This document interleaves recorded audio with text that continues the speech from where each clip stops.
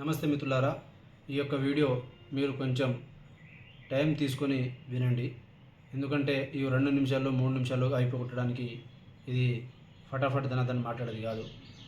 So మిత్రులారా, కాంగ్రెస్ ప్రభుత్వం last అబద్ధపు అంకంగా జాబ్ క్యాలెండర్ అనేది నా యొక్క ఉద్దేశం. ఇది ఎందుకంటున్నా అంటే మీరందరూ ఎట్లయితే ఎదురు చూసినారో నేను కూడా ఎదురు చూసిన. నిరుద్యోగులకు న్యాయం జరుగుతుందేమో అని చెప్పేసి ఎదురు చూసిన. కానీ జాబ్ క్యాలెండర్లో లాస్ట్కి క్యాలెండర్ మాత్రమే ఉంది, కానీ జాబులు లేవు. మిత్రులారా, మీరు ఒకటి గమనించండి. రేపు ఒక్క ఎగ్జామ్ సంబంధించింది నేను చెప్తా. సపోజ్గా గ్రూప్ 2 మే నెల 25, 2025లో పెడతామని చెప్పేసి అన్నారు. ఆ రోజు పెట్టబోయే ఎగ్జామ్కి ఒకవేళ గ్రూప్ 2కే సపోజ్గా కేవలం ఒక 100 పోస్టులతో నోటిఫికేషన్ ఇస్తే, కేవలం 100 పోస్టులతోనే నోటిఫికేషన్ ఎట్లా ఇస్తామని చెప్పేసి మీరు ఆ రోజు ధర్నా చేస్తారా? 2025లో 100 పోస్టులతో ఇచ్చి, 2026లో ఇంకొక 200 పోస్టులతో ఇచ్చి, 2027లో ఇంకో 300 పోస్టులతో ఇచ్చి, 2028లో ఇంకో 400 పోస్టులతో ఇస్తే ప్రతి సంవత్సరం మీరు ధర్నా చేస్తారా పోస్టులు పెంచాలని చెప్పేసి? ప్రతి సంవత్సరం మనం ధర్నా చేసే అంత ఓపిక మనకు ఉంటుందా? వాళ్ళు చెప్తారు 100 పోస్టులతో ఇచ్చేసి, వాళ్ళు 100 పోస్టులతో ఇచ్చేసి మేము జాబ్ క్యాలెండర్ ఇచ్చామని చెప్పేసి చెప్తారు. మరి ఆ 100 పోస్టుల కోసం అన్ని వేల మంది అప్లై చేసి, మళ్ళీ 2వ సంవత్సరంలో ఇంకో 200, 300 పోస్టులు ఉన్నప్పుడు దానికి అన్ని వేల మంది అప్లై చేసి, ఇలా ఒక్కొక్క ఉద్యోగానికి ఇప్పుడు అలా చూసుకుంటే మే నెలలో ఏమో గ్రూప్ 2 ఉంది, ఈ అక్టోబర్లో ఏమో గ్రూప్ 1 నోటిఫికేషన్ ఉంది, మళ్ళీ జనవరి ఫిబ్రవరిలో ఏమో మళ్ళీ టెట్ డిఎస్సి ఉన్నది, ఇట్లా గ్రూప్ 3 ఉంది, గ్రూప్ 4 ఉంది. ఇట్లా సంవత్సరం పాటు ప్రతి ఒక్కొక్క ఎగ్జామ్కి మీరు వాళ్ళు ఎట్లా పోస్టులు తక్కువ ఇస్తారు. వాళ్ళు పోస్టులు తక్కువ ఇస్తున్నప్పుడే వాళ్ళు 5 సంవత్సరాలు జాబ్ క్యాలెండర్ అనేది మెయింటైన్ చేయగలుగుతారు. మరి ప్రతి సంవత్సరం ప్రతి పోస్టుకు మీరు ధర్నా చేస్తారా? ధర్నా చేయాలన్నా రోడ్డు మీద వస్తారా?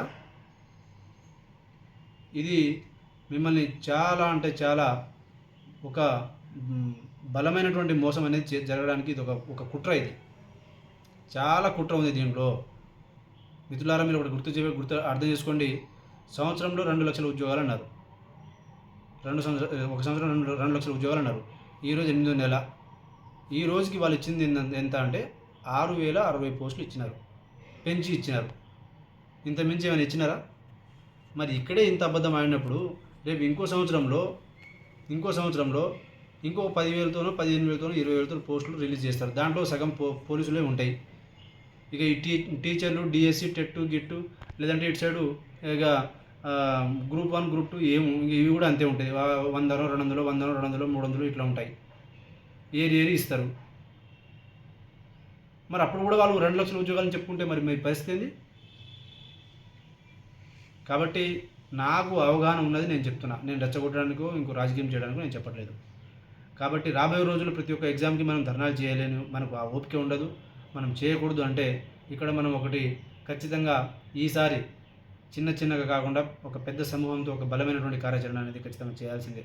చేయకపోతే మాత్రం నష్టపోయేది మీరే. ఈ వీడియోలో మీరు కూడా చెప్పండి, చేద్దామా వద్దా? చేద్దామంటే అందరం కలిసి చేద్దాం, వద్దు అంటే సైలెంట్గా ఉండిపోదాం. నష్టపోయేది మాత్రం మీరే. చాలా అంటే చాలా మీరు తీవ్రమైనటువంటి నష్టం చూస్తారు. గ్రూప్ 1 1:100 అన్నారు, గ్రూప్ 1 1:50కి తీసుకొచ్చినారు. గ్రూప్ 2 2,000 పోస్టులు అంటే దానికి లాస్ట్ పోస్ట్ పోన్ వరకు తీసుకొచ్చినారు. గ్రూప్ 3 3,000 పోస్టులు అంటే దానికి సంబంధమే లేదు. గ్రూప్ 4 అది కూడా అంతే.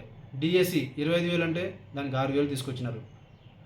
సంవత్సరంలో 1,00,000 ఉద్యోగాలంటే, సంవత్సరంలో 2 లక్షల ఉద్యోగాలంటే దానికి సంవత్సరంలో 6,000 పోస్టులు 6,060 పోస్టులు నింపి మళ్ళీ దానికి 2 సంవత్సరాలకి వాళ్ళ ప్రకారంగా ఒక సంవత్సరంలో 2 లక్షల ఉద్యోగాలంటే, అంటే మనం అనుకున్నాం ఏంటంటే ఒక సంవత్సరం 2 లక్షల ఉద్యోగాలు ఇస్తాయని మనం అనుకున్నాం. కానీ వాళ్ళ ప్రకారంగా వాళ్ళు ప్రభుత్వం ఏర్పడినప్పటి నుంచి మొదలు పెడితే రేపు 2025 డిసెంబర్ 9కి 2 సంవత్సరాల టైం. మరి దీంట్లో వాళ్ళకి అంతా కలిపితే వాళ్ళు 20,000 30,000 కూడా ఉద్యోగాలు ఇవ్వరు. ఆ 20,000 30,000 ఉద్యోగాల్లో సగం పోలీసులకి పోయినప్పుడు ఇంకా మీకు న్యాయం జరిగినది ఎక్కడ? పోనీ 2025 డిసెంబర్ 9 వరకు చదవగలిగే ఓపిక ఉందా? అంత ఫైనాన్షియల్గా మీకు సపోర్ట్ ఉందా? ఉంది. ఓపిక ఉంది అంటే చదువుకోండి. ఇట్లనే ఎవరు బయటకు రాకుండా స్థిరంగా స్తబ్దంగా ఉండి చదువుకుంటామంటే చదువుకోండి. అంతిమంగా మీకు బాధ ఉంటేనే మాకు బాధ, మీకు బాధ లేకపోతే మాకు బాధ లేదు. మీరు ఉద్యమం చేయమని, మీరు మనందరం కలిసి చేద్దామని చెప్తేనే చేద్దాం, లేదంటే వద్దు. కానీ నేను నేనేమంటున్నా అంటే ఒకవేళ మీరు దీంట్లో ఒకటి చెప్పండి. ఈ దీనికి ఇప్పుడు జాబ్ క్యాలెండర్ అనేది ఎట్లాగో మోసం చేసిందన్న విషయం నాకంటే ఎక్కువ మీకే బాగా తెలుసు. కాబట్టి నేను ఇన్ని రోజులు సైలెంట్‌గా ఉన్నా. నేను కూడా చూసిన. మోసం చేసింది అదందరికీ తెలిసిన విషయమే. రేపటి నుంచి ఏం చేద్దాం? నేనేమంటున్నా అంటే తెలంగాణలో చేయాల్సిందంతా చేసినాం. అయిపోయింది. ఇక్కడ మనం ఎన్ని రకాలు చేయాలో అన్ని రకాలు చేసినాం. ఇక ఢిల్లీలో పోయి మనం చేయాల్సింది చేద్దాం. అంతిమ ఒక లాస్ట్ ఫైట్‌గా.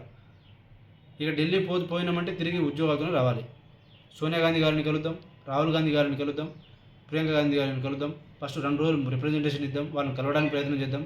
10 మంది వాళ్ళ గేటు ముందు పోయి నిలబడితే ఒక రకంగా ఉంటుంది. అదే 10,000 మందితో మనం వాళ్ళ గేటు ముందర పోయి నిలబడితే ఒక రకమైనటువంటి వాళ్ళు ఒక ఒత్తిడి ఉంటుంది. ఆ ఒత్తిడి చూసైనా వాళ్ళు మనకు అపాయింట్మెంట్ ఇవ్వడానికి అవకాశం ఉంటుంది. అవకాశం ఇచ్చినప్పుడు మన యొక్క బాధలను కన్సర్న్ వాళ్ళకి చెప్దాం. ఒకవేళ వాళ్ళు కూడా సానుకూలంగా స్పందించకపోతే మాత్రం అక్కడే ఉండి వాళ్ళ మీద మనం ఖచ్చితంగా ధర్నాలు, ముట్టడిలు చేయాల్సిన అవసరం అయితే ఉంటుంది. అట్లా చేసి మనకున్నటువంటి డెమోక్రసీలో మనకున్నటువంటి ఏ ఆయుధాలు ఉన్నాయో డెమోక్రటిక్గా మనం పోయి వాళ్ళ మీద మనము ఒక ప్రయత్నం చేసి మనకు కావాల్సిన హక్కులను మనం సాధించుకోవాలి. లేకపోతే మాత్రం తీవ్రమైనటువంటి నష్టం జరుగుతుంది. కాబట్టి ఈ యొక్క వీడియోలో మీ యొక్క సలహాలు, సూచనలు ఖచ్చితంగా మీ యొక్క అభిప్రాయాలన్నీ చెప్పండి. నాకున్న అండర్స్టాండింగ్ ప్రకారంగా అయితే ఢిల్లీ వెళ్ళినప్పుడు మాత్రం నాకున్న గట్ ఫీలింగ్ మాత్రం ఖచ్చితంగా ఈసారి సక్సెస్ అవుతున్న ఆలోచన నాకు ఉంది. కాబట్టి మిత్రులారా, మీరు చేద్దామంటారా వద్దంటారా అనేది మీరు ఒకటి ఆలోచన చేసుకోండి. మీరందరూ చేద్దామంటే 10,000 మందితో చేద్దాం. మీరందరూ ఎవరు మేము చేయమంటే నేను మాత్రం మా యొక్క ఒక 100 మందితో మేము ఉన్నాం. మా యొక్క మిత్రులు మేమందరం నష్టపోయిన వాళ్ళం, లేదంటే మేము ఈ ప్రభుత్వం మమ్మల్ని మోసం చేసిందని భావించిన ఒక 100 మంది మేము ఉన్నాం. ఆ 100 మందితో మేము ఢిల్లీ వెళ్తాం. మేము రిప్రజెంటేషన్ ఇస్తాం. రిప్రజెంటేషన్ ఇచ్చిన తర్వాత కూడా ప్రభుత్వం మాకు సానుకూలంగా స్పందించకపోతే మాత్రం అక్కడ ఉండి తెలంగాణలో ఉన్న నిరుద్యోగులు అక్కడ పోరాటం ఎట్లా చేస్తారో, ఎట్లా చేస్తే దేశం ఎట్లా మా వైపు తలెత్తి చూస్తుందో, మా సమస్యను ఎట్లా పరిష్కారం చేయదో మేము కూడా చూస్తాం. రాహుల్ గాంధీ గారికి ఇక్కడ ఉన్నటువంటి ఈ కాంగ్రెస్ ప్రభుత్వానికి ఎంత బాధ్యత ఉందో రాహుల్ గాంధీ గారికి, ప్రియాంక గాంధీ గారికి ఖచ్చితంగా అదే బాధ్యత ఉంది. మీరు తప్పించుకొని పోతా అంటే మేము ఊరుకోము. సంవత్సరం 2 లక్షల ఉద్యోగాలు అన్నారు. ఎక్కడ పోయినాయి మీ ఉద్యోగాలు? మీరు వచ్చినారు తెలంగాణకి. ఈ సంవత్సరమే 8 నెలలు అయినా కూడా నెల రోజుల నుంచి విద్యార్థులు, నిరుద్యోగులు అందరూ బయటకు వచ్చి ఇంత ధర్నాలు చేస్తుంటే వచ్చినారా మీరు? కనీసంగా ఏమైందని కనుక్కున్నారా మీరు?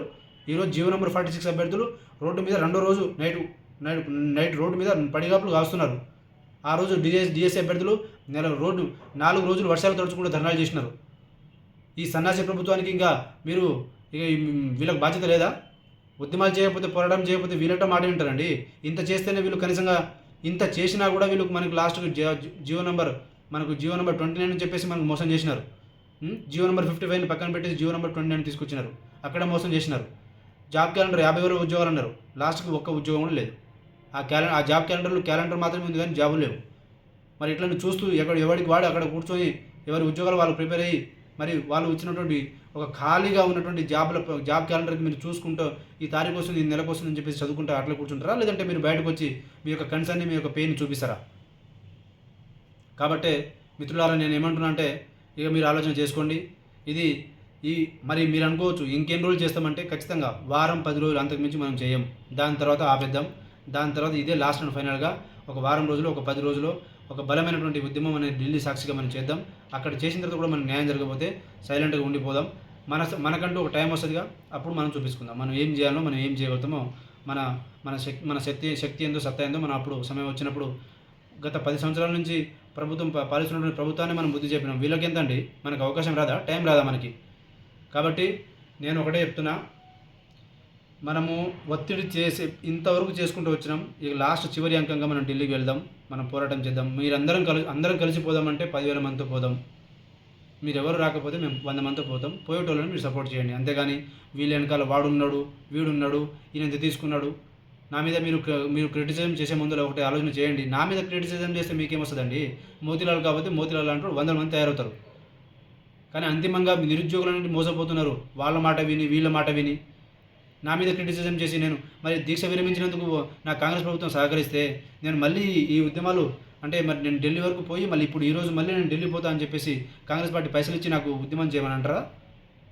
అంటే ఒకటే పర్సన్కి దీక్ష విరమించడానికి కాంగ్రెస్ పార్టీ సపోర్ట్ చేసి పైసలు ఇస్తుంది, మళ్ళీ దీక్ష చేయడానికి టీఆర్ఎస్ పార్టీ పైసలు ఇస్తుందా? నాకు ఈ ప్రపంచ చరిత్రలో ఎక్కడైనా జరిగింది అట్లా?